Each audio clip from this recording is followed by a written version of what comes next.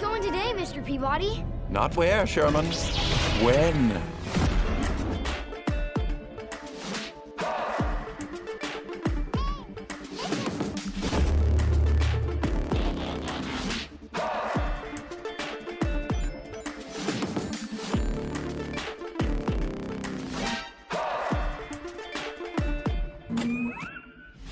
Hey there, guys and gals, geeks and gamers. You're listening to the Nerd of Godcast, that place on the Venn diagram of life where Christ culture and nerd culture find sweet, sweet two-player co-op.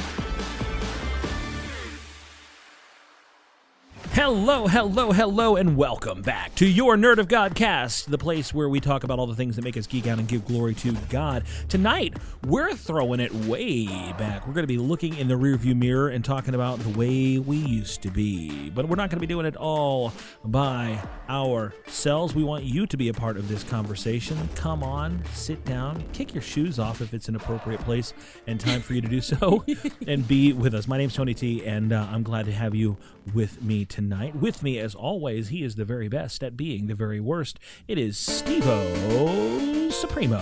Why do birds suddenly appear every time you are near? Well, just like me, they long to be close to you, Steven. Like the way we was. Nailed it. That was a Simpsons reference Stephen was making. Thank Keeping this party going. She is, she's traveled the world in the 7 seas. She's a punk rock pirate. She's your friend and mine, Alexandria Marica. Hey, Neff, you know what I remember? What do you remember? When you used to have a phone. Oh, that was low. Too soon. Low. Listen, He's he gonna get a phone tomorrow. his It's face okay. like twitched, like he sneered. Like that's like the He asked to hold my phone earlier so that he didn't feel like left out. Well, it's a good thing it was just his phone that was broken. Yeah. Speaking of Neff, he is often imitated and never successfully duplicated. He's the big man, Quentin Gregory Neff.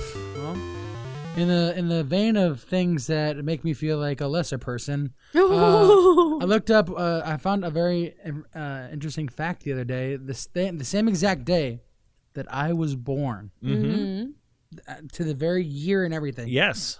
The Virtual Boy came out in North America. Oh my goodness. Wow, Neff knows about load of crap.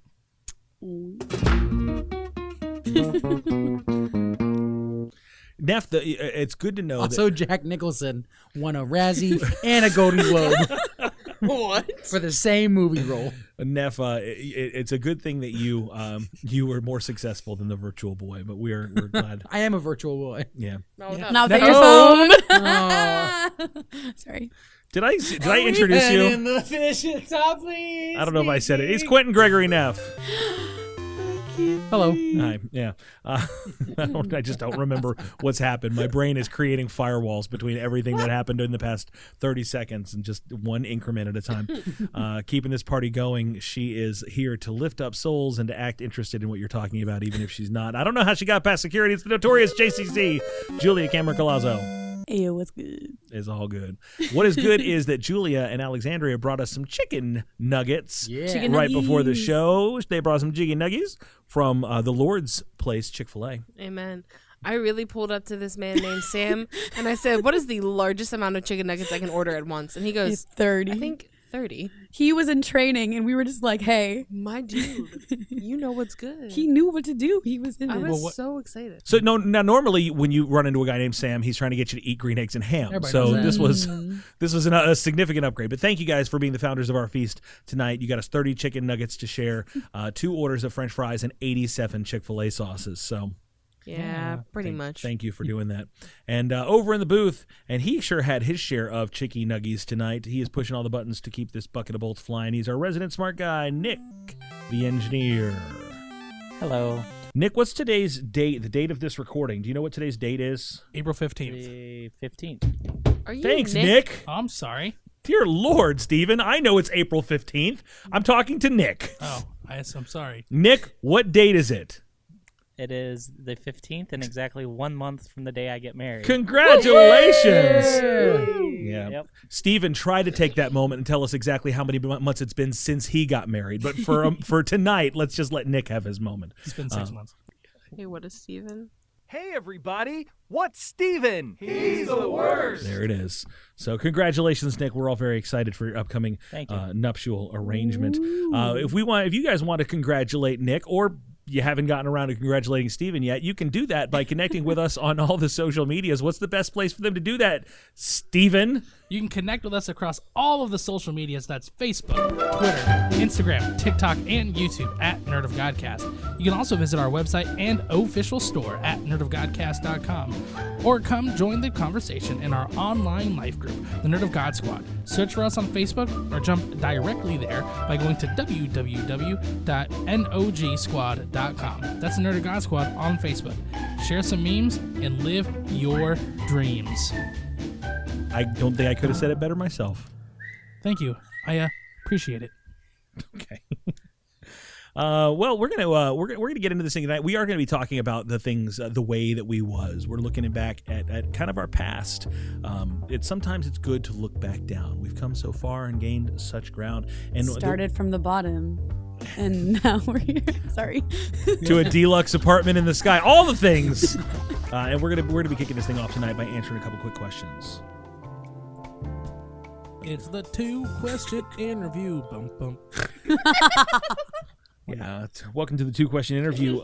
There was a question that we asked on our Nerd God Squad Facebook group earlier this week, and I wanted to see what you guys had to say about this, because this one, I realized I was looking at some statistics earlier today, and I was surprised, maybe I should not have been surprised, to find out that although certain pieces of music and some visual experiences can evoke memories, smell is by far the strongest sense in evoking memories from the past, which is pretty cool. So earlier this week on the Nerd of God Squad page, we asked a question about a smell that you love. And I would love to know from you guys tonight, for our first of 2 questions, what is a smell that really takes you back? Every time you smell it, it's just like, this reminds me of whatever.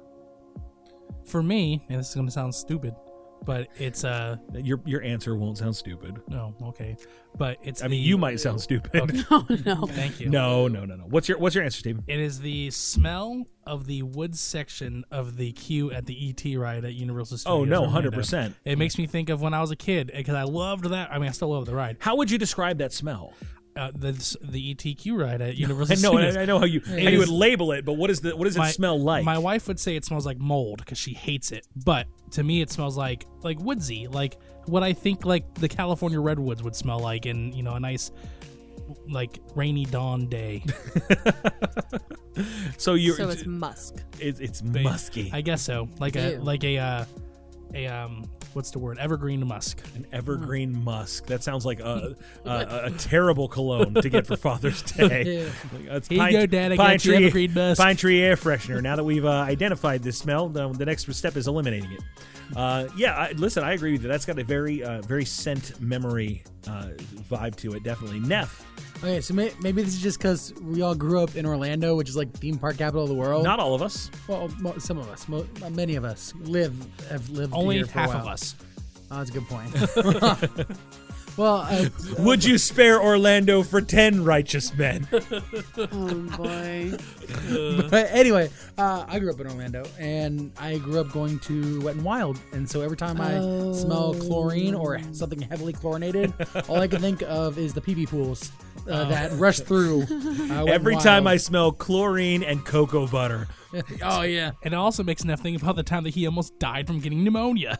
Oh yeah, I went the day before the last day Wet n Wild was open. It was like 66 degrees outside, and I still went to Wet n Wild and I froze. Wet n Wild is a water slide park. Was. Well, it was. It was the grandfather. As long as you're smelling chlorine and cocoa butter, it is in your heart. Fun fact, Volcano Bay, which is Universal Studios' new water park, well, it's like 4 years old now. It's not new.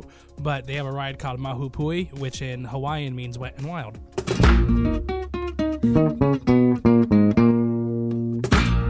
And they don't think I know a buttload of crap about a buttload of crap, but I do. Okay? This buttload of crap moment brought to you by Volcano Bay. Thank you, Stephen, for bringing us random and useless knowledge. But crap about Montepui. Yeah. Mahu. It all kind of worked out, didn't it? You know the only reason why you can smell chlorine is because there's pee in the pool? I don't think that that's true. And Ruining I'll tell you why. my I'll tell you why. childhood. Because I cleaned pools for several summers, and there we had bottles of chlorine, and I could straight up smell that stuff. I could smell it. I could taste it. I couldn't stop smelling it unless Kevin, who I used to clean pools with, was peeing in the bottles before we left. I don't know. How Sounds well, like how well did Kevin. you know Kevin? It does sound like something Kevin would Sounds do. like Kevin. It's very Kevin of you. Kevin! What are you doing in the shed there, Kevin? Nothing. All right, let's go to work. Just clean the skimmers. Supposed to go behind the shed. Behind the shed. Julia, what's a smell that takes you back? Here's the thing. I've never been able to pinpoint what this smell actually is. All right, we got a sensory mystery. The thing is, like, I always will smell it, like, in passing and be like, what is that? What is that smell? I pinpointed it to this, like, body wash that I had when I was a very small child. It had, like, Timon and Pumbaa on the front of it. And it was, like, it was this goop that was green and, like, cool and, like, fun to play with as a child. And if I smell it anywhere, I'm like, where can I buy that? I want it. So that takes me way back. All right, okay. So mine is also very similar to Julia. Like, I don't know where this smell is from. I have no idea. But When you smell it, it takes you somewhere, even if you don't know where it is, right? It's like light and sweet and almost like fruity. Okay. Okay. But the next time that I like remembered like smelling it, there's a makeup company called Bite, and they make lipsticks, and each of their lipsticks has a different scent assigned to it. Okay. There's one in particular that's like this really bright pink, and it's the same exact scent. I have no idea where this scent is like originally from in my memory, but every time I smell it, I'm like, oh my gosh, it's the smell. I'm like so invested right now. That's it right now. I smell it. It's just like, I think I have the lipstick in my Yeah, smell. I'm invested in this story. We need to find out. L'Oreal tear-free shampoo, the one with the little eye on it. You remember what I'm talking about? Or Johnson & Johnson lavender. Oh my gosh, No More I Tears. remember. Yeah, or Johnson & Johnson lavender. So shampoo I for need kids. someone that's out there in the research Does that one department give to you blood clots too? What? Oh no. Ripped from the pages of today's headlines. We're topical. Someone told me that the Johnson & Johnson baby shampoo never guarantees that children will not cry if it gets in their eyes. Rather, and I need someone from the research department to either confirm or deny this, that it actually is promising no more tears. Yeah. That it's gentle enough that it will not tear the hair of small children, but it does not promise that if you get baby shampoo in your eyes, you will still cry. The I know. tears. I tested it. It didn't work. Steven. It's right in my eyes. Okay, so how about this one? If you were to smell, there's certain things from our childhoods that I think if we smelled that we would go, oh my goodness. Do you remember sitting in class and having those markers that smell? Yes. Yeah. Yes. And then, like, I came across some of those a few months ago, and I'm just like, I wonder. And I popped them open, and I'm like, it still smells exactly the same. Immediately, I'm like in class in third grade, just and you know, I got the red one, I got the blue one, and nobody wanted the brown one or the black one, right? It was like awful. The black cinnamon or licorice. licorice. The licorice smelled like hot rubber. The licorice smelled like, the black one smelled like a regular Sharpie. The lemon was great. Yeah, and it was like, that was amazing. That was a great smell. Can we talk about Play-Doh though? Yes. Play-Doh, like, have you guys? Okay, be real with me. Ever tasted Play-Doh? Yeah, It's disgusting. Shut up. absolutely. Okay, No, thank you. who has ever salty. tasted? You're sick. I've never tasted Really? Play-Doh. I've definitely tasted Play-Doh. Okay, thank God. I was gonna say, I was like, I'm not the only one because that stuff is salty. Anything that had a texture like that, like I wanted to just not just even to taste it, I wanted to bite through it. I wanted the feeling of sinking my teeth into something. Yeah. Play-Doh, silly You know putty. what? You know what does that for me? What? That bubble gum that comes rolled up. Bubble tape. Yes. You ever just take a bite out of the side of it? Yeah, Yeah. that's Just what I'm saying. Like, It's like no, just, you don't just do a that. hockey It's in puck tape bite. form. No. Don't be that person. You live your best life. Don't let Steven tell you what to do. Another one of my favorite scents. Ordinarily, I would agree with you on that one, Steven, for real. Another one of my favorite scents is fruit stripes gum. Oh, yeah, but it tastes like trash. After a second. You get Yeah, like it gives 1 you, like, second of flavor, and then but it's it like, goodbye. smells delightful. What about the smell of the cafeteria pizza? Interesting. Greasy. It's different. I It's like. different. I haven't smelled it in 20 years. You know, but I don't can even still know. remember what Forget it the smelled pizza. like. I think the smell of the cafeteria itself. Yeah. Like there's a Yeah. smell. If you walked in, like, when I think it was when my son was went into elementary school, and we had some kind of an assembly, and I had to walk into the cafeteria, and I'm like, oh my gosh, what is it? Is it the plastic trays? Is it the cleaning fluid that they use? What is it that just took me back? Like I feel anxious right now. I don't even know why. Right. So I work at a school right now, and every time I have to walk in and watch these kids in the lunchroom, I hate this smell. It just makes me so, like you said, anxious. Like I don't like it. I hate being in there. Do you remember the slime that you could get from the 25-cent machines? Nope. Yes. You never got slime out of a quarter machine at the laundromat or whatever? No, sir. I used to get the fake tattoos.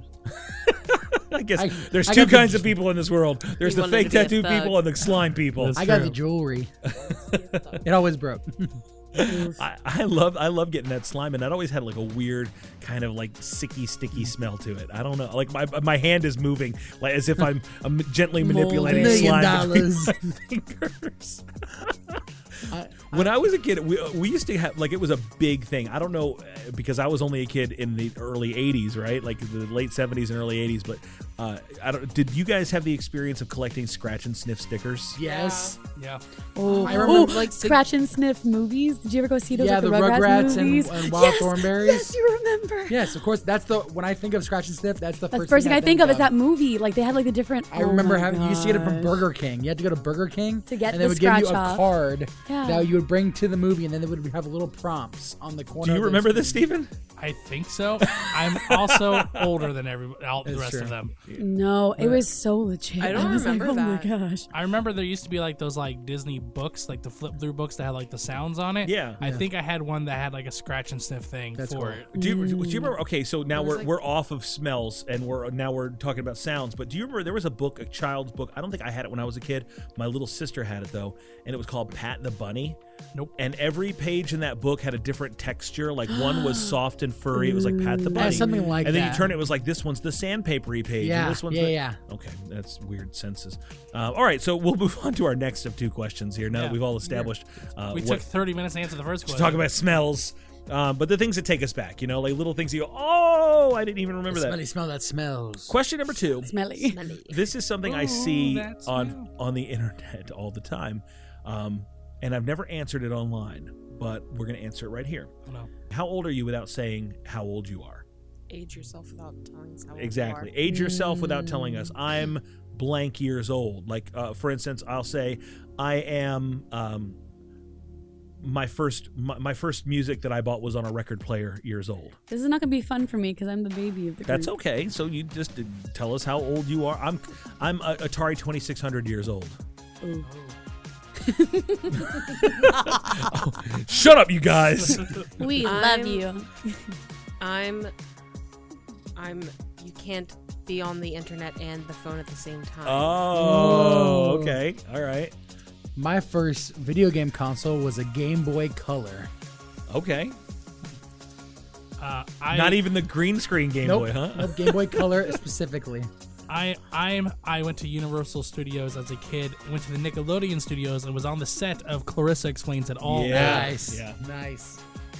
I used to play with Bionicles and watch Digimon. Oh, that's good. Digimon? Yeah. Digital monsters? Digimon are the champions. Yeah. Yeah. That's good. I got you guys. Oh, I'm just gonna say another one. Go for it. I need a light for my Game Boy. Yeah. It's like I used to lean out the window in the car ride and wait for like the street lamps to pass by just to see what was happening. Yeah. I am an anti-skip portable CD player as a lie. Oh, yes. I remember Disney's Doug. Boo. Wait, what? Yeah, boo. That's the bad one. How dare you? That's the only one I remember. I am Hit Clips old. Wow. Hit Clips. Yes. Those are so good. That's so funny. Yo, I used to have Video Now. I used to play with Neopets. Oh my goodness. I used AOL version 3.0. On the floppy disk. Yes. Sign up now for 9 free hours of internet. They're coming out with a part 2 to Star Wars years old. Wait, I'm coming out with an episode 2 for Star Wars years old. Boo. Yeah, we don't brag about that one, man. Who else has got one? Nick, how old are you without telling us how old you are? I can't think of one. Perry's like 5 years behind There's everybody no else. They just got Michael Jackson up there. I got Michael Jackson as Black years old. That's how old I am. The Virtual Boy came out when I was born years old. The first video game I ever beat was Super Mario World years old. The Disney's Hercules came out the year I was born years old. All right. I went to Toys R Us to buy my Oh, that's so good. I grew up going to Discovery Zone years old. I remember when Chuck E. Cheese was called Showbiz Pizza. What? Oh, wow. ¿Qué pasó? The Rock of Fire. Where we didn't have a Chuck E. Cheese, we had, I think Billy Bob was the guy's name. It was a little more like Country Bear Jamboree than Chuck E. Cheese. But I used to ride the Jimmy Neutron ride at Universal. Yes. I used to ride the Hanna-Barbera ride at Universal, which is the best version of that ride. I don't care about your bananas. Get I don't Despicable care Me about out Despicable of Me here. at all. Despicable Me is the worst version. I remember. for sure. I We can agree. I used to be able to ride the cable cars from Fantasyland to Tomorrowland in the Magic Kingdom. I used to do those too. Years old. Oh, goodness. Anyway, so let us know how old you are without telling us how old you are. You can do all those things by connecting with us on the internets. Join our Facebook small group and answer our 2-question interview. It's the 2-question interview. Bum, bum. You guys know what time it is? It's time for tonight's Best Thing Ever! That's right, everybody. It's time for the Best Thing Ever Duos Edition. Woo! So this last episode, we had two titans of the industry. This is a big one. We had Frodo Baggins Yeah. and Samwise Gamgee, excuse me. Watch your mouth, sir. How dare you? Excuse me, sorry. Versus SpongeBob SquarePants and Patrick Star. So it was close. Was it close? Well, it was close, and it was closer in my mind. Who do you guys think won? Can it be SpongeBob and Patrick No. just so I can feel like I made a difference in the world? It's not that. It's Darn. not. I know, but guys, come on. You should have gotten a couple more hundred people to vote for them if you wanted to make a difference in the world. Yeah, by the score of 80% to 20%. It's 81 to 19 final score. Let's be fair. Rounding up, Frodo and Sam take the win and move on to the next round. The most decisive win that we've had so far in this. Well, Good. I'm part of the minority in the cool kids table. Now, so. this Are you? Yes, I speak it in faith. Now, this week's one, might be our most intense and divisive Who's of left? the entire first. Oh, This is a big one. This is the Tell big us, one. Neff. Okay. So the best duos. This is our last one on round bracket. one. Oh, okay. Our last great. battle of round one. Ooh, okay. Batman and Robin Oh. versus Han Solo and Chewbacca. Oh, Dang it, man. The ultimate battle. You Honestly, have to choose. literally It's who insane. seeded this bracket because Yeah. this it's, is a mess. It's randomized. It's all randomized. I don't like that. I'm so sorry. One of the two has to move on to the next round. So you guys got to choose. Go to nerdagodcast.com and Oh, you man. can vote for who you think should be the best thing ever. Just vote on who's still alive. Oh. In continuity, or Well, I mean, one Or in loses a real life. sidekick, the other loses the leader.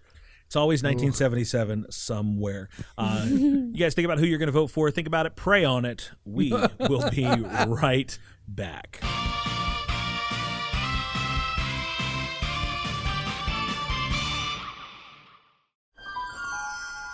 Hey, Doc, what are you working on? It's my new invention, Marty. A time-traveling machine. Wow, Doc, that's amazing. But it only takes you to the most embarrassing moments of your life. What? That's right. And I use this orthodontic headpiece as the vehicle to do so.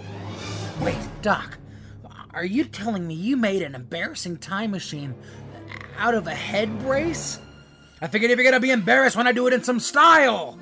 With this, we can see all across what I like to call the brace time continuum. Oh, this is heavy. Not as heavy as you were at age 6.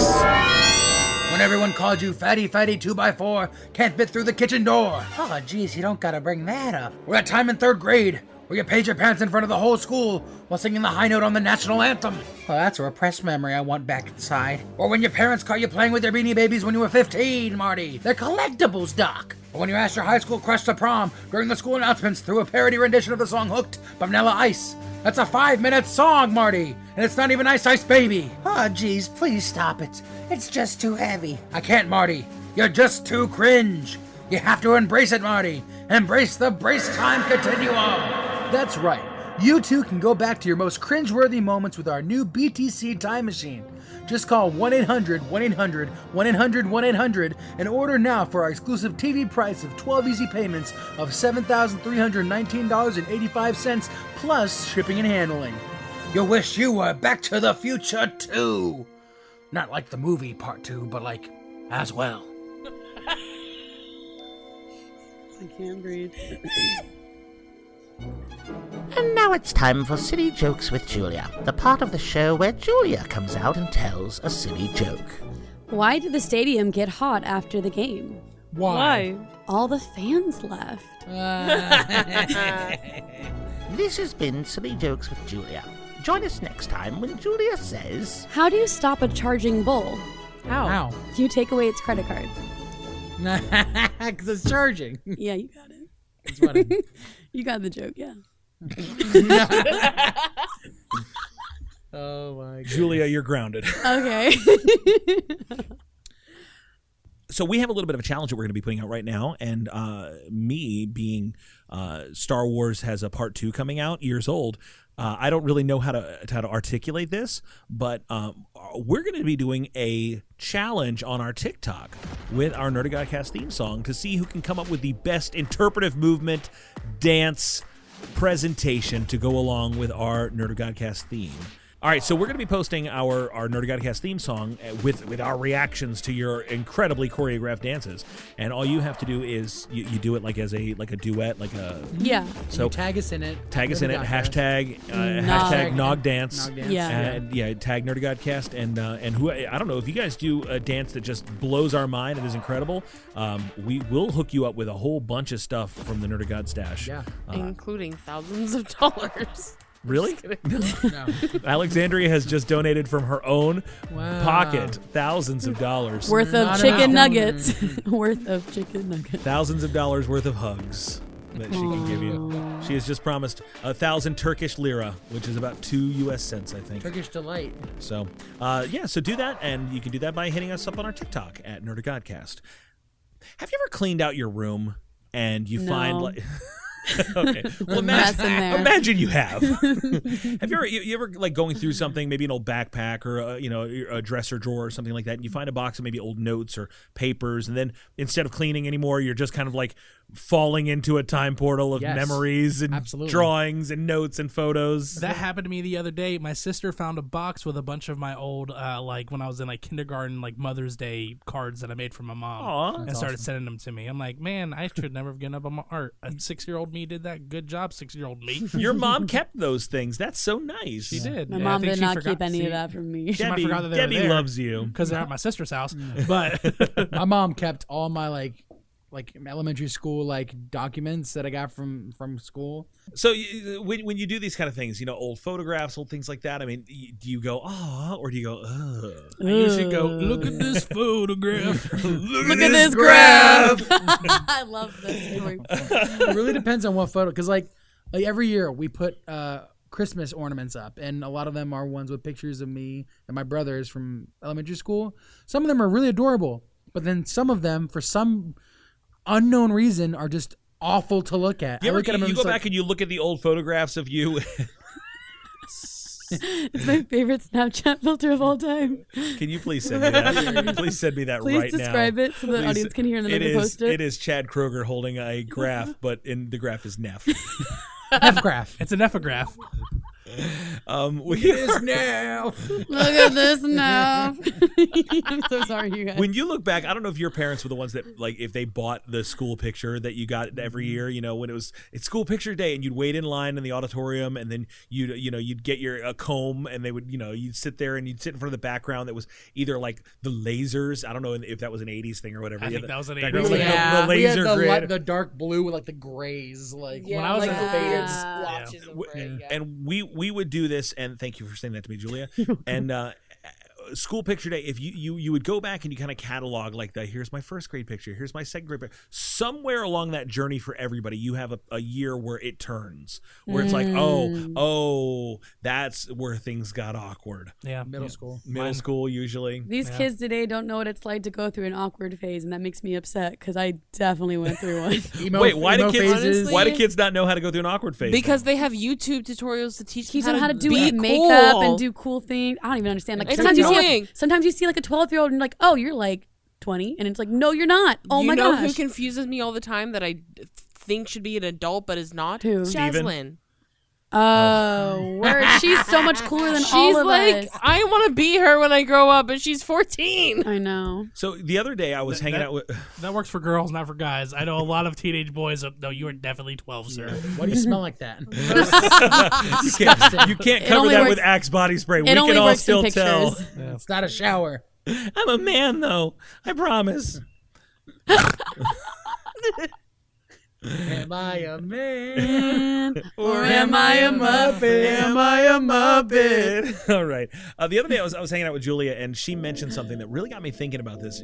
Julia, do you remember you were talking about old iPhone notes? Mm-hmm. What unpack that for me. So, I'm pulling my iPhone out right now, yeah. as should all the rest of you, except for Neff. Oh, no. It's coming in the mail tomorrow, you guys. Yeah, but you're not going to have your notes. Yeah, that's on his iCloud. So what was it that you were saying, Julia? Did we like go back in time and look for our oldest notes, or yeah, like I was like looking through my notes and I was like, wow, I wrote some interesting things like 5 years ago in my notes, and like I was looking through my stuff and I found something you had said to me. And yeah, it looks like this note is from 2016. Oh wow. And it says, a powerful movement starts with a personal moment. I said Tony said in my note. That's good. And it's good stuff, right? Send that to me. I'd like to rip that off. I have notes from 2012. Ooh. I have one from 2013.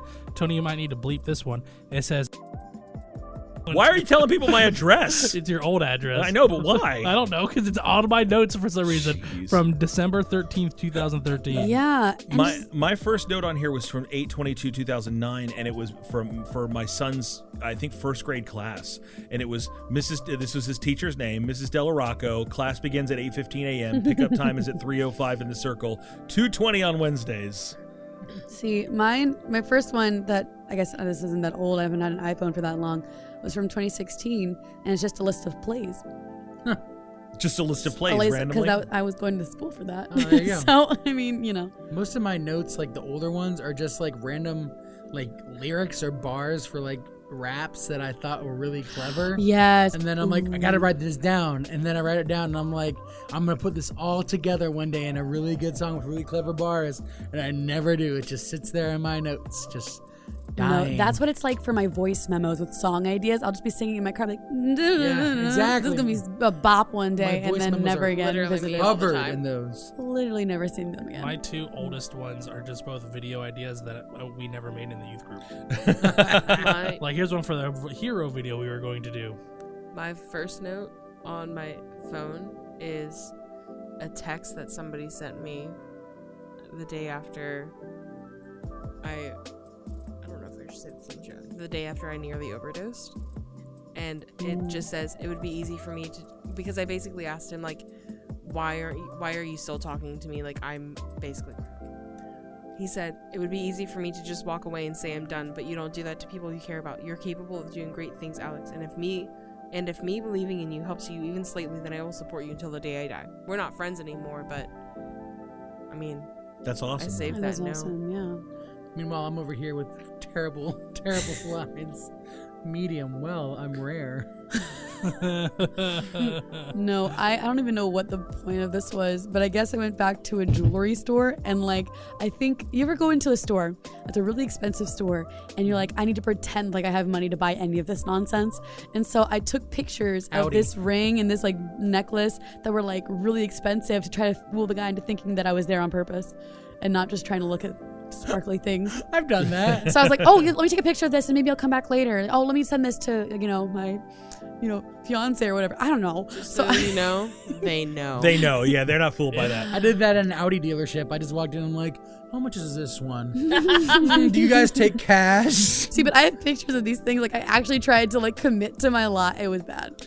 This is a list from, and this goes back to 6/14/2010. Oh. Last week we had on our show Chris Binion, and when I first met him, it was, can you believe it was that long ago? Yeah. And Chris asked me one time, I was youth pastoring then, and he said, what do you need for your youth group? Anything you need? And I said, yeah, lots of stuff. He's like, well, what do you need? I said, well, just there's so many different things. He said, well, what do you need? He said, and I said, I don't know exactly right now.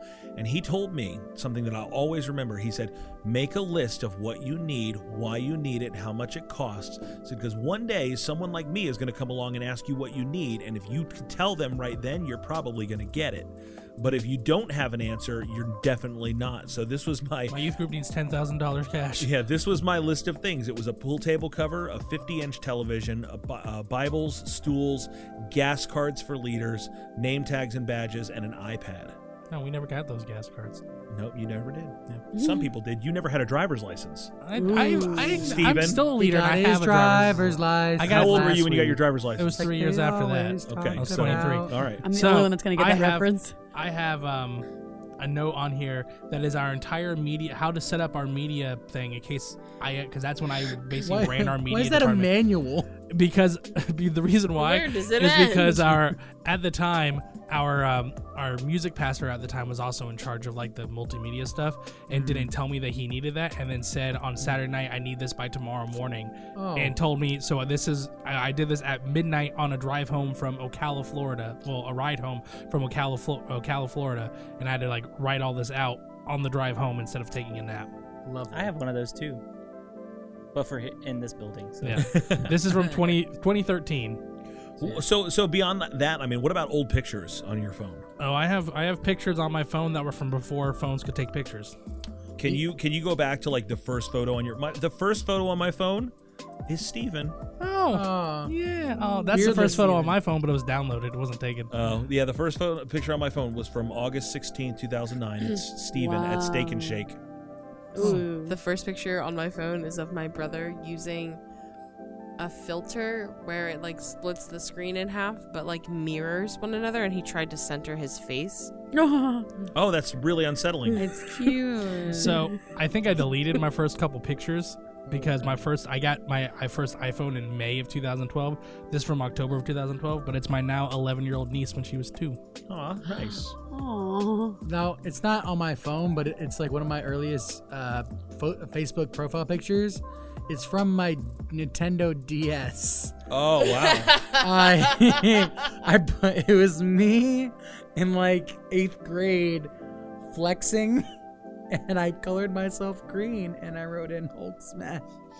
Wait, you said it was one of your profile pictures? I'm going to find it on Facebook? Yep. We're going to find that and share that one right now. Right now. It is Thank incredibly you so embarrassing. much. Yeah, Facebook does this. Every now and again, they'll throw that it's Time not hop. Is it called Time Hop? Something like that. Where they're like, hey, memories. this is the thing that you used to do. Remember 12 years ago when you said this? I'm like, I do not remember. I think that's the thing.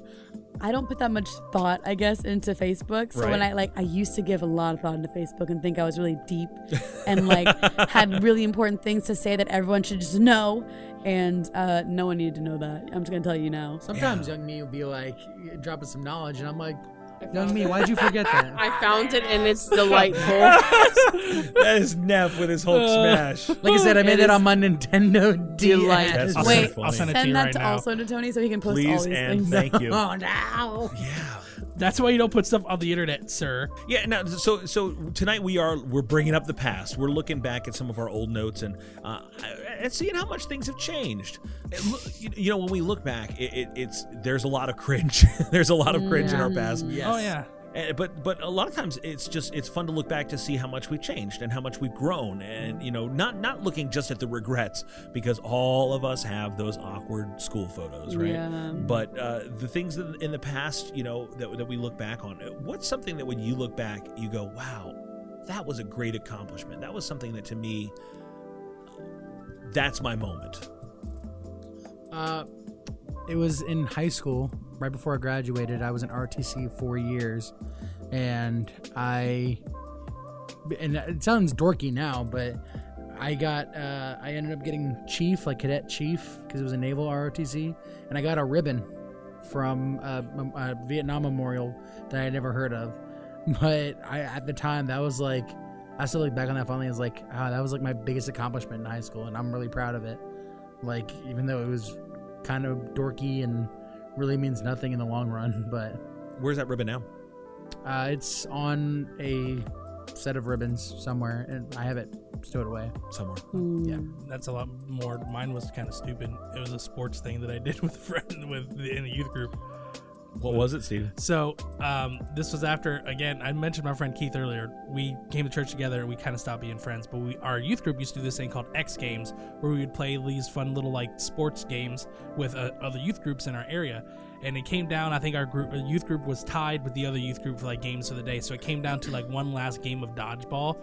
And it was like 3 or 4 of their guys, and it came down to just Keith and I. And then within like 30 seconds, we got the rest of their people out. With the last part of it, which is stupid, but I obviously still remember it, was Keith threw his dodgeball at the guy who caught it, and as he was reaching up to catch it, I nailed him right in the stomach with the dodgeball. And like all the rest of the youth group came like tackled us. And it was really stupid because it's just like a fun little youth group thing, but it meant a lot to me. Literally the high point of Steven's entire life at that point. That's amazing. No, No, I mean, that's I don't know if it was at cool. that point, but it was a good day. No, that was like your Rudy moment. Yeah. Man. It was like Keith and Steven back together for a second. Wow. Are we talking specifically like high school, middle school moments? No, anything whatever. from your past. Okay, no, I have a good one from middle school, but I just wanted to be sure. Similar story, we were playing dodgeball. It was 7th grade. it's always dodgeball story. And I'm literally like the least coordinated person anyone could have ever picked for their team. But somehow I got picked by like the good team, and it was me and who was it on my team? I don't know, one of the popular guys. Mm-hmm. And there were like 3 people left on the other team, and we were like, if we get out, I'm the person who's least likely to get away, so of course they're gonna target me. Yeah. Somebody from the other team, they like huddled up and they like all like ganged up on me, and one person had a ball. They like came up to the line and like went to throw it at me, but I somehow did like Matrix move and like moved my body out of the way, and it was enough for the other kid on my team to grab the ball as it fell, and like I don't know how, but he just like threw it and it bounced back, and he like kept doing that until the other team lost. That's pretty epic. I was literally the least capable, but somehow my dodge made it work. I feel like there's a sermon in that somewhere. The first will be last, but the last will be first. Amazing. No, I just think back to a lot of in high school theater competitions. So I have like lots of like little ribbons and stuff for like winning like excellent or best in show and all this stuff for different theater competition things. And I remember specifically we had this one large group musical, which is just a fancy way of saying a category that was a large group of people doing a musical number. And I still sometimes will go back and watch that video that was taken of us doing it at districts, and honestly, for some reason, it just makes me so happy. I get goosebumps thinking about like all the fun times I had going around like competing, and like I don't know, I just felt like I was doing something super important, and it was really fulfilling to me and great, and at the time, and still very clearly means a lot to me. So yeah. I have a story that's very similar to that, but in the reverse direction. And I'm not going to tell it because there's enough people that would listen to this show that would be able to take actionable steps based on what I chose to do that it could probably be very troubling for me. So I'm not going to tell my story regarding very that. vague. But I'm being exceptionally nebulous about this. Tell us after the microphone. I definitely will. All of these things that we look back on and we have these great accomplishments, like these feelings of pride, like I did this thing, it was legendary, whether it was dodgeball or whatever. For me, like I feel like the most legendary moment of my entire life was one time I went to karaoke. It was in the late 90s, and I got up to sing American Pie by Don McLean. But instead of singing the words to American Pie from memory, I decided to substitute in the episode 1 Star Wars version, Weird Al's version. My my, this here superior Anakin guy. Maybe Vader someday later. Now he's just a small fry. Yeah, so I decided I was going to throw that one out there. Forget the words on the screen. Forget what you were expecting. Star Wars Episode 1 is the movie that America is celebrating. So I'm going to throw here The Saga Begins out on karaoke night. And in mid-song, I realized I had now reached the end of the lyrics that Weird Al had provided me. Don McLean wanted to go 2 more verses. So I had music and I had no words. Oh no. And there I was on the stage. And in that moment, I decided to improvise, and I, off the top of my head, made up 2 more verses that actually worked, actually flowed, actually rhymed. It was like, whose line is it anyway? Brilliant. And the place, because the people that were there with me, they knew the song, and they knew that I was winging it. And they erupted. They said that it was just brilliant and perfect. And there's not. It was on a day before. It was readily available. Before we kept film studios in our pockets. But I don't know that I'd ever been so proud in that moment that I actually pulled that off with such grace. Do you remember the verses that you made up? I don't. I do remember because we had just come from. They did a night. It was I don't know if it was a midnight release or something like that the night before where they put out the toys at Toys R Us. So we all lined up at Toys R Us so we could buy the action figures. The movie was not even out yet, and I remember the security guard that was standing there at the door had a very bad comb over, and he was standing in front of the automatic door, and the door wasn't opening. Well, when someone would walk up and the door would open, the air pressure from inside the store the different air pressure from outside the store would cause a breeze to blow, and it would make his the 3 tufts of hair that were covering his head blow straight forward. Like it was like the little hair on top of his head was waving to all of us in the crowd. Woo! Like Medusa. And then the door would close and it would just settle down and he'd brush it back over top. And it was just every time that door opened, we'd watch and his hair would just like ribbons tied to the front of a rotating fan. It was magnificent. Like a wacky waving inflatable arm flailing tube man. But what I'm thankful for is that Steven doesn't go around wearing a t-shirt that says Dodgeball Champion 2009 or anything like that. What I'm thankful for is that Neff doesn't go around wearing the ribbon that he got from the hitherto unknown Vietnam Memorial. What I'm thankful is that we don't have to walk around like reveling in the accomplishments of our past, because all that makes me think of, do you remember Uncle Rico from Napoleon Dynamite? Yes. The worst. Back in high school, I could throw a football over those mountains. Back in 1982, I could throw a pigskin a half mile. Could have won state. Could have gone pro. And that was Uncle Rico. Uncle Rico was a creep. Have you rewatched that movie? Oh, no, he's definitely He's creepy. a creeper. You have to remember, when I saw that movie, I was already an adult, so I knew he was a creep from the beginning. Well, I said modern times. Yeah. But people like that live in the past. Like that one thing that they did is their thing all the time and for always. Yeah. And it's like, wow, but what have you done lately? No, man. Peaked in high school. Hate that. There's an makes episode. me so sad. Do you remember that? Really, it is sad. Now, how long has it been since you've been in high school, Julia? Like 6 years. So it's been 26 years for me this year, and I know. So I know I can name. I'm not going to. Did you graduate before she was born? I did. See, the thing is, I'm like afraid of that concept of like peaking in high school. No, but I'm so scared of that. What if that's what happened to me? Okay, I get that. I get that. But living a life of impact, like you may have felt like you were at your coolest, or you achieved more notable things in high school. But that's because high school just is constantly having award ceremonies and constantly having things that recognize even the most mundane and trivial achievements. Wow, you managed to read at the absolute minimum level that the state will allow. We're gonna let you walk across the stage wearing a fancy free gown. Pizza Hut pizza. Yeah, so it's like you get strings of back-to-back notable accomplishments like pats on the back and stuff like that. But as an adult, there's nobody standing there waiting to give you even a participation ribbon, right? But that doesn't mean that you don't live a life of impact. If you are going back and saying, man, one time, look at me, I was champion at Book It. Look at me right now. Oh my goodness, a field day, nobody. I read all the AR books.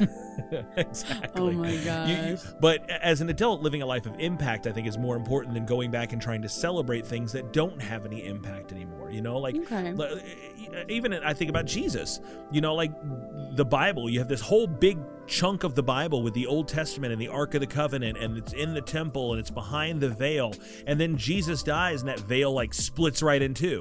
It's like, that's not the thing anymore. Like, that was a really big thing. Was it? Absolutely. I mean, ask those priests who reached out and tried to steady it with their hands, and they got zapped dead, right?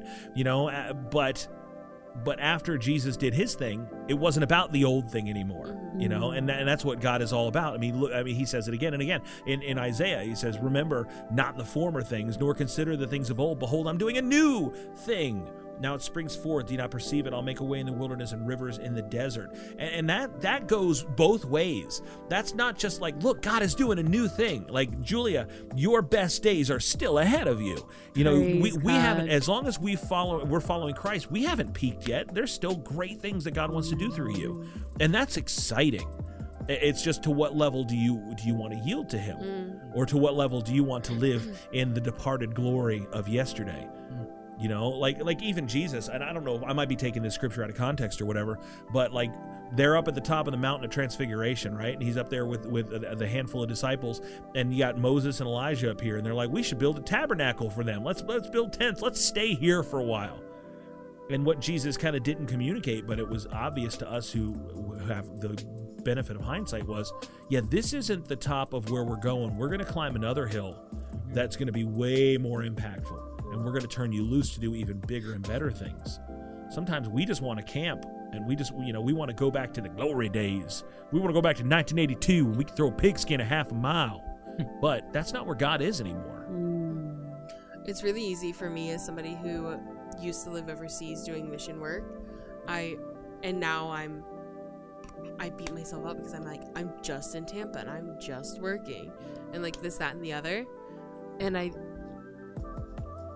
constantly have to remind myself that going overseas and doing mission work was not the height of my Christian experience or relationship with Jesus. Yeah. It was a season where he had me. Yeah. And he's still moving where I'm at now. Like, there are just so many times where I've had conversations with my coworkers where I've been able to pray with them, and where like the Lord has healed them of headaches. Impact. This, that, and the other. And it's just like, for me, I have to remember that the mission field isn't just in the Philippines. It isn't just in, which is a closed nation, so edit that out, or just in this, that, or the other. So all of these things are, I have to consistently remind myself that God is still moving, not just overseas. There's a great line from the latest episode of The Falcon and the Winter Soldier when the Dora Milaje come in, and John Walker, the new Captain America, is like, hey, these are Black Panther's personal army, like there's his personal guard, and they come in, these just absolute beasts, his female bodyguards, and Captain America, the new Captain America, who we're not supposed to like, mistakenly says, you don't have jurisdiction here. The Dora Milaje does not have jurisdiction here. And she just says to him with a straight face without blinking, the Dora Milaje has jurisdiction wherever the Dora Milaje find themselves. Mm-hmm. And that's the thing. I'm not a missionary. I'm not doing this great thing that I once did. Yeah, you are, because your ministry is wherever you find yourself. Mm-hmm. It's not in the past. It's right here where you are. I think I would be remiss if I didn't bring this up, but we had a conversation earlier today on the flip side of that, looking to the past and feeling like maybe you've done or been a part of things that you're not so proud of. Yeah. And letting that define you still. And there's this is on my heart a lot lately, where people will allow their circumstance to define them, will allow past decisions they've made to define them, will allow, anything really besides God kind of take the reins on what makes them them, and what makes them valuable, and what makes them able to do the things that God has willed for them to do, and set out to do the good works that he set out for us to do. And it's just so crazy to me that the past has such a huge hold on me often, and a lot of people. But remember what you said about the the mirror in the windshield. The rearview mirror. You were in your car. I was, So I said, look up at your rearview mirror, and then look at your windshield. Which one's bigger? I like that. Yeah, and Because one is more important to look out of than the other one is to look back at. Yeah, and it's just, you feel like there's such heavy ties to the past, and maybe in some circumstances there are, but God is greater than that. Yeah, we even just mentioned a moment ago from Isaiah chapter 43 when it's like, look, I'm doing new things, all right? Don't consider the old things, I'm doing a new thing.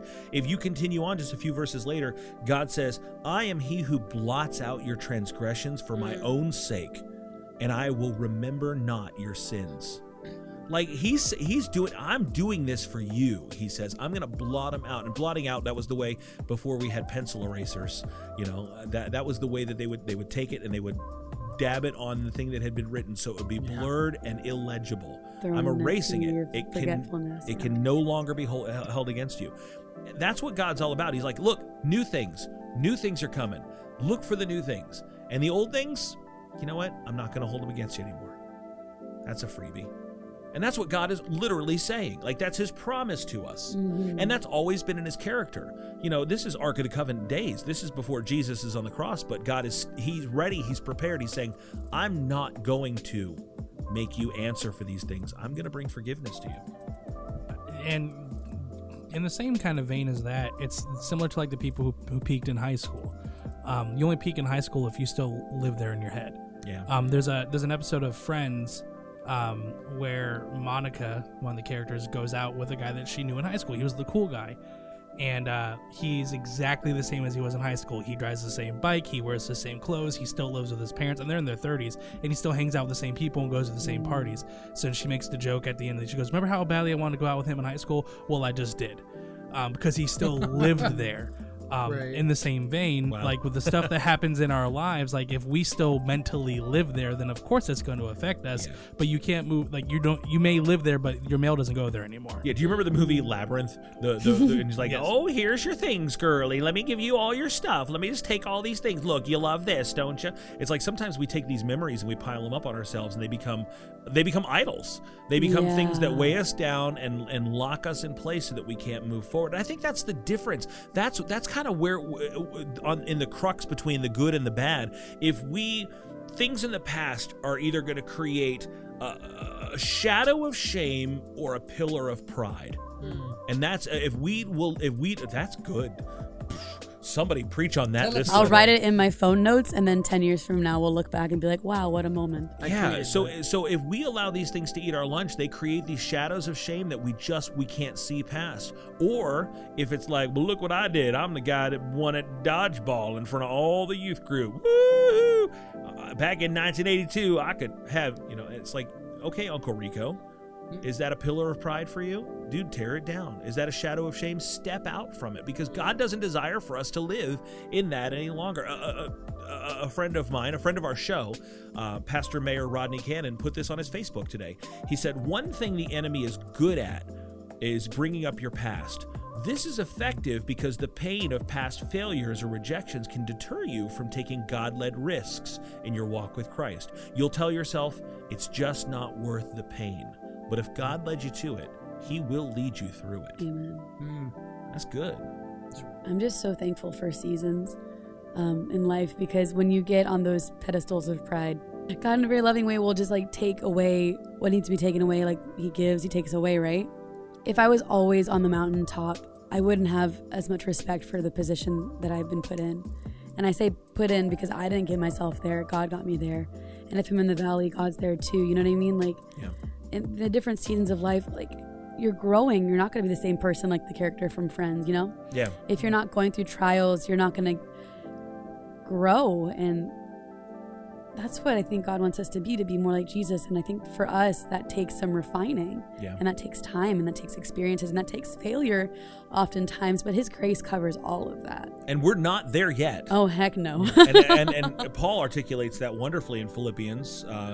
Not that I've already obtained this or I'm already perfect, but I press on to make it my own because Christ Jesus has made me his own. Brothers, I do not consider that I have made it my own, but one thing I do, forgetting what lies behind and straining forward to what lies ahead, I press on towards the goal for the prize of the upward call of God in Christ Jesus. Keep moving forward. Don't let the past be what it is. Let it be the past, but don't let it define who you are right now. So I had to screenshot this, and I wanted to bring it up tonight. I didn't even make the connection until just now. When people talk about traveling to the past, they worry about radically changing the present by doing something small. But barely anyone in the present thinks that they can radically change the future by doing something small. And you definitely can. You live where you are right now, and all of the things that have happened to you, guess what? They happened. And they're part of what makes you who you are. They're part of what builds you into who God wants to use to do great things. Amen. Now, right where you are. In 2 Corinthians chapter 3, Paul is talking about what it looks like to live in freedom, but in starting in verse 17 it says, "Now the Lord is the Spirit, and where the Spirit of the Lord is, there is freedom. Yes. And we all, with unveiled face, beholding the glory of the Lord, are being transformed into the same image from one degree of glory to another. For this comes from the Lord, who is the Spirit." And I just think if we are consistently pursuing what the Lord is doing in our lives, we're consistently pursuing being in fellowship with Holy Spirit, He leads us into freedom, and we're just being transformed from one degree of glory to another. That's good. A higher degree of it. It's not, well, I was here yesterday and here today and I'm going to be there tomorrow, but it's with, I can't explain how incredible that is. That following the Lord into freedom means that you're being transformed from one degree of glory to another.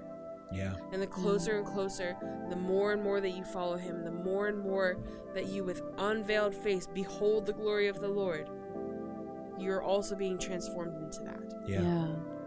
And I think that comes, this is my word that I've been saying over and over again, with obedience and with allowing yourself to realize that you can't do those things without God.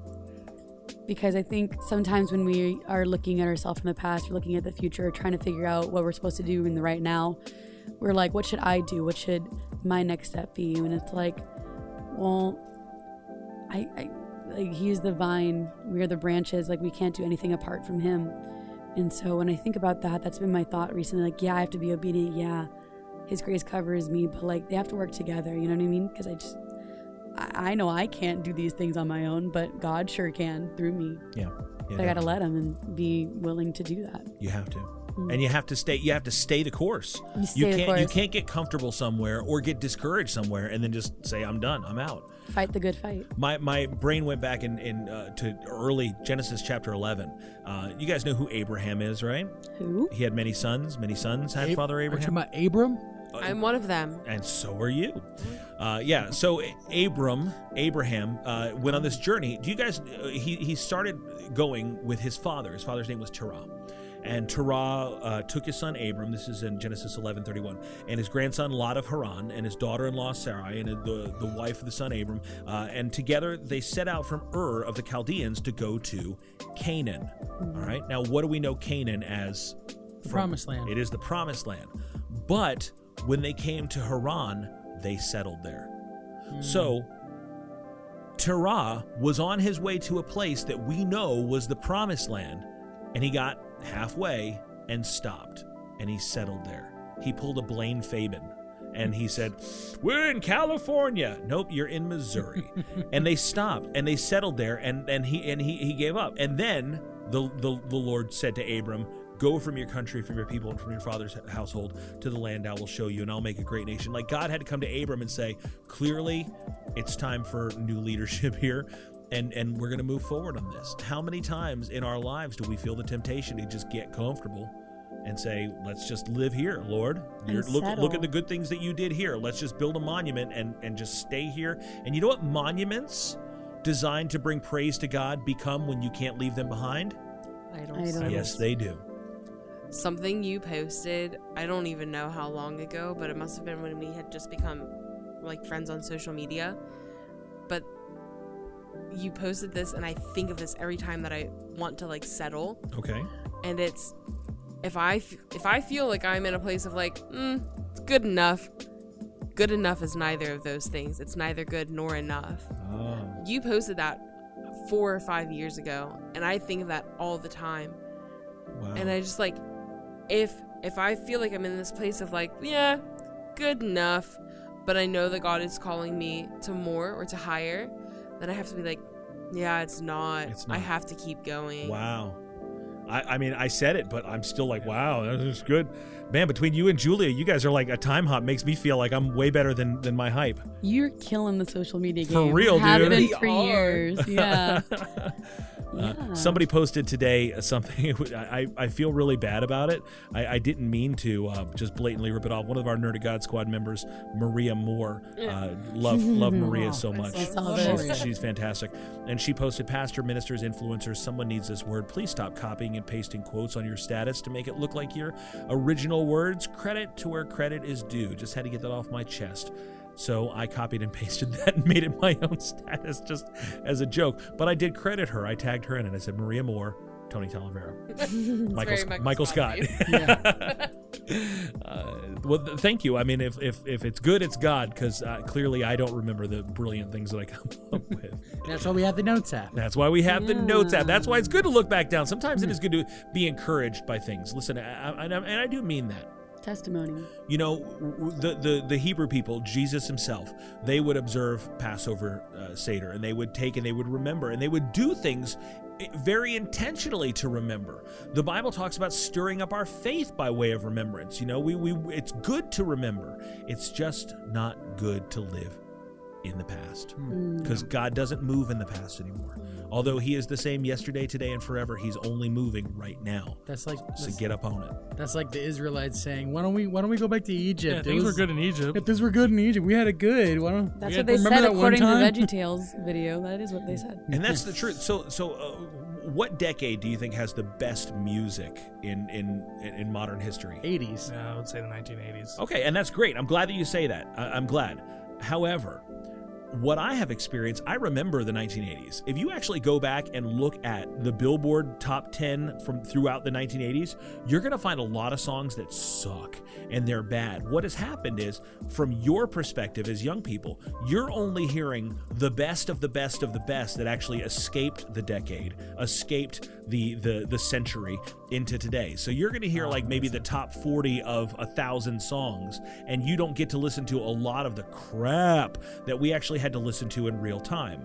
That is very true, because I found like years ago a Spotify playlist that had like the best like hip hop and like R&B from the late 90s and early 2000s, which was when I was listening to hip hop and R&B. Yeah. It had like 400 songs on there, and I didn't listen to the entirety of every song, but I listened to every song on that playlist over the course of like a week, and I was like, wow, a lot of these songs weren't good. They were not. Like they were iconic in the 2 weeks that they were big, but they were a lot of them were ungood. Like yeah. Same way with me in like the late 2000s, like party music. I was so into it in high school, but then nowadays I'm like, that was hot trash. Oh, I still am. I'm looking at you for you only get. Not gonna lie, I love that. Black Eyed Peas. Why would you betray me? No, we love them. I am still into early 2000s emo and pop punk. I'm not mad about it. That's timeless. As Tokyo Hotel will forever be tattooed upon our hearts. Oh, the hair. Okay, so I just had a thought. And so you know how you were just saying that like all the songs from the 80s that we know are only because they're the top and they're a curated list. Yes. In the same way, when you look at Time Hop on like Facebook or like Memories on like Snapchat or whatever, it's like all the things that you posted that you wanted people to see. It's again curated, or something that like might be really like meaningful. In the same way, I think we do that with our memories. Of course, we remember the really good stuff, and then we remember the really cringy stuff, and we can't let go of that because it's like ooh. Yeah. Cringe, or like, you know, stuff that makes us really upset. And of course that's curated, but the things that we don't remember are still impactful. Like the things that you posted years ago or said years ago to us, like we remember that and it sticks with us.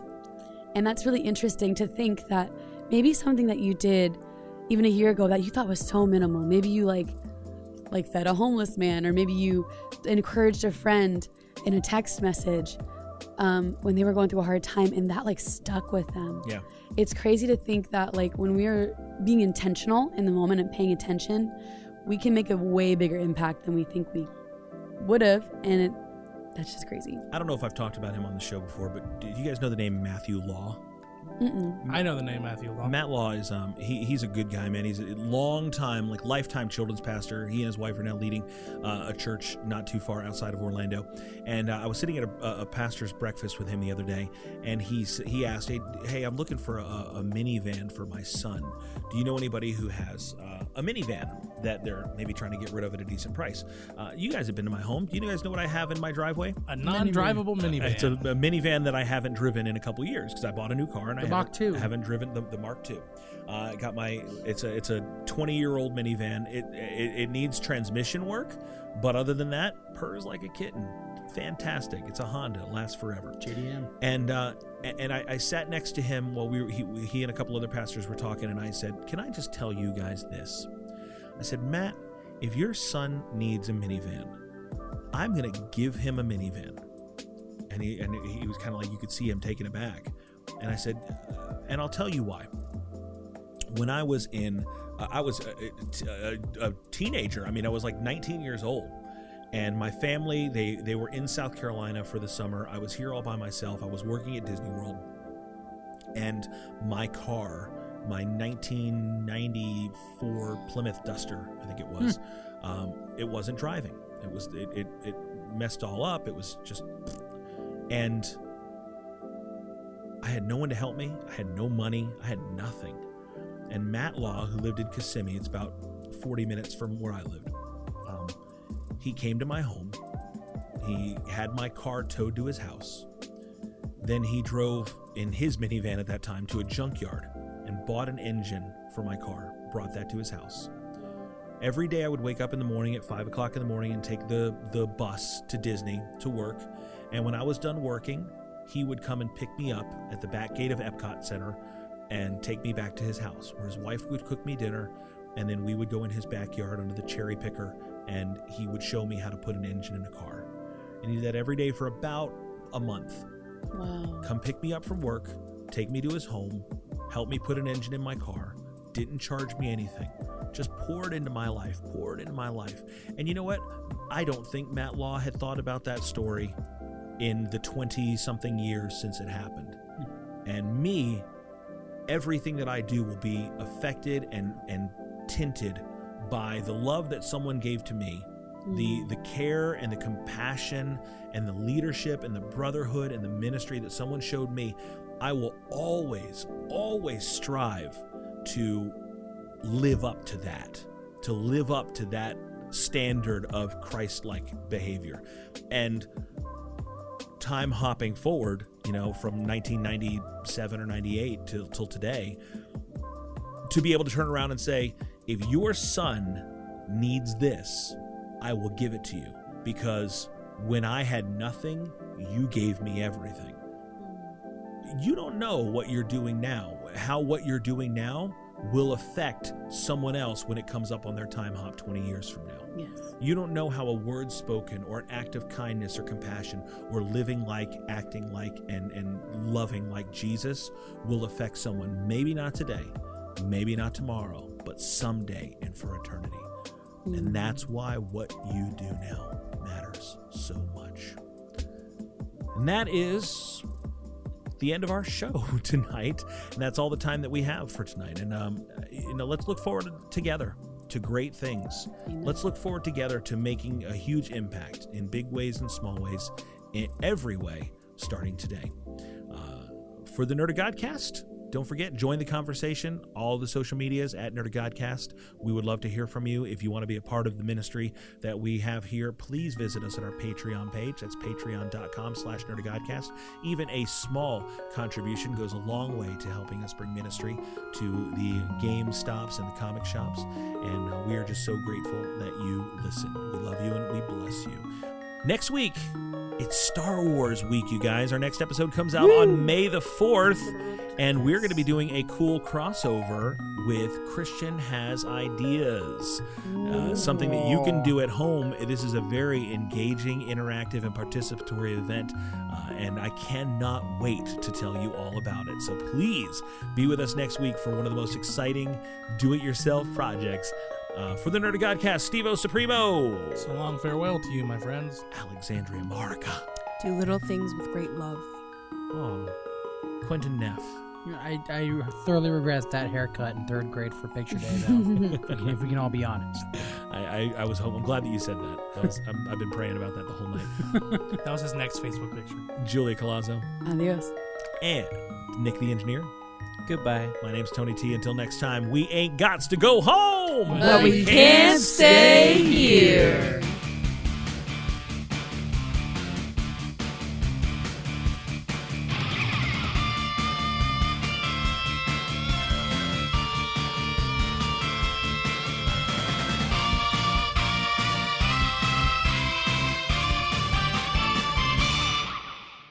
Another how old am I without saying how old I am. How old are you without saying how old you are? I'm Please Be Kind Rewind. Oh, years old. Yeah, make it a blockbuster. Tony, you can't do that on television. You're Blockbuster. Blockbuster. Circuit City. Oh my gosh. Service merchandise. Radio Shack. Mm.